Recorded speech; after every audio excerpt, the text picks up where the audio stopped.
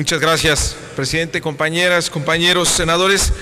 Bueno, creo que ha habido dos muy buenas intervenciones aquí sobre este artículo que pretende, esta reforma que pretende regular el destino de los excedentes de Banco de México, de los remanentes que tiene Banco de México. ¿Y qué propone el gobierno en su iniciativa? Pues lo mismo que propone en el resto de la política económica: alimentar la caja del gobierno. Es el criterio que prevalece sobre todas las cosas. Tenemos un gobierno depredador que utiliza lo que se pueda para alimentar la caja del gobierno. Ya lo señalaba aquí el senador Bartlett.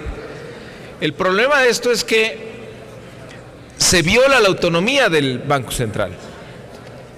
Un Banco Central no puede financiar el gasto del gobierno.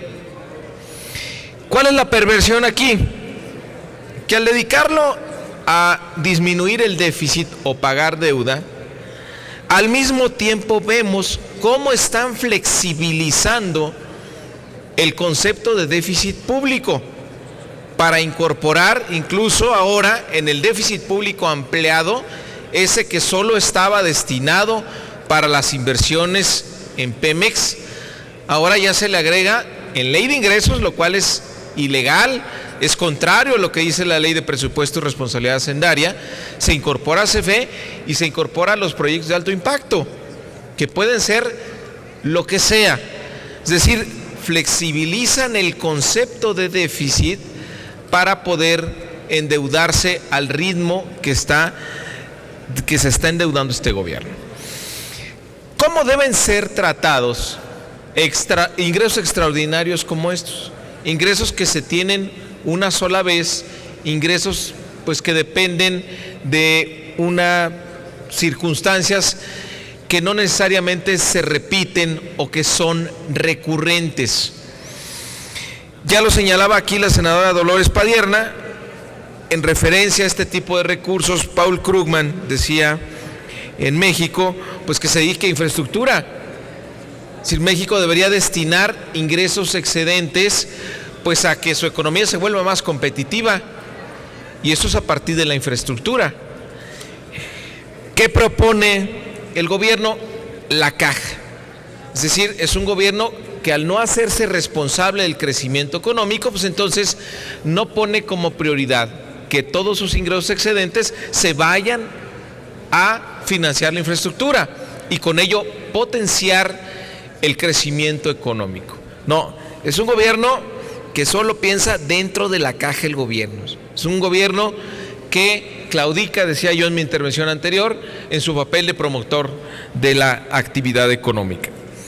Dice Stiglitz también que cuando un país tiene recursos no esperados, extraordinarios, pues si es un país desarrollado, pues debería destinarlo a financiar su fondo de pensiones, es decir, a reducir sus pasivos intergeneracionales.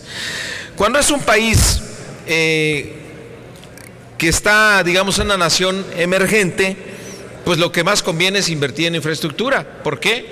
Porque al país lo que le conviene es potenciar su crecimiento económico. Y eso lo logra a través de la infraestructura.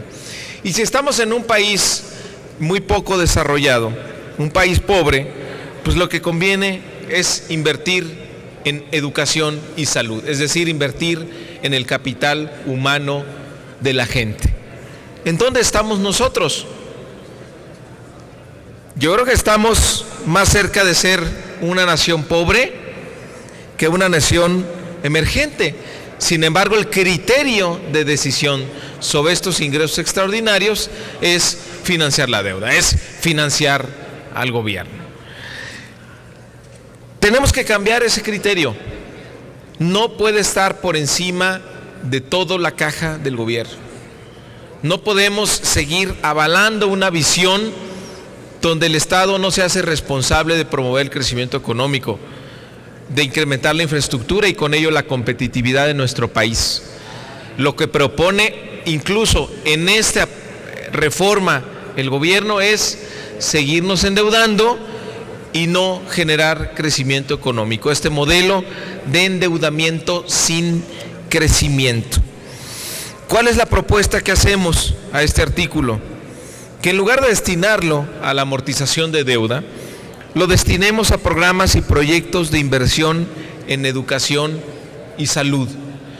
Que estos recursos extraordinarios vayan a donde tenemos necesidades extraordinarias, que es nuestro sistema de salud, que es nuestro sistema educativo.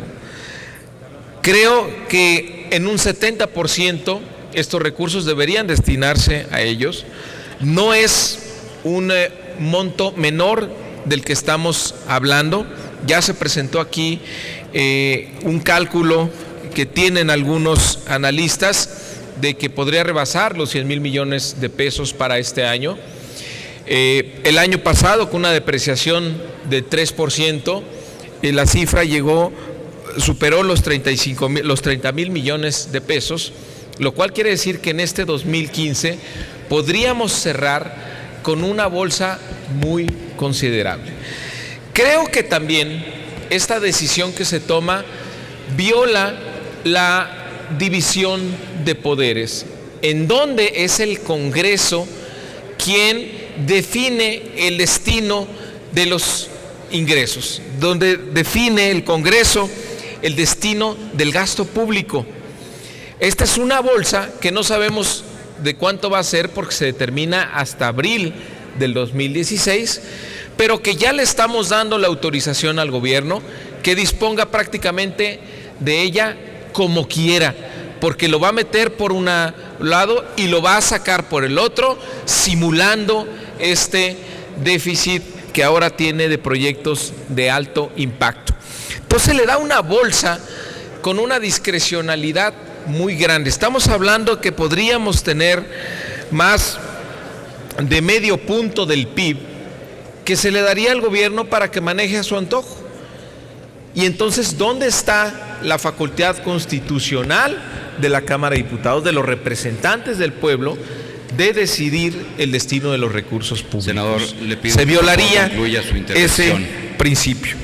Por lo tanto, la reforma es la propuesta que se está planteando aquí al artículo 19 bis, pues es muy sencilla, que en la fracción primera la redacción sea cuando menos el 70% a programas y proyectos de inversión en educación y salud, y el resto, el otro 30%, sí lo podamos destinar a amortización de deuda contratada en ejercicios fiscales anteriores para evitar que haya esta tentación de manipular el déficit público.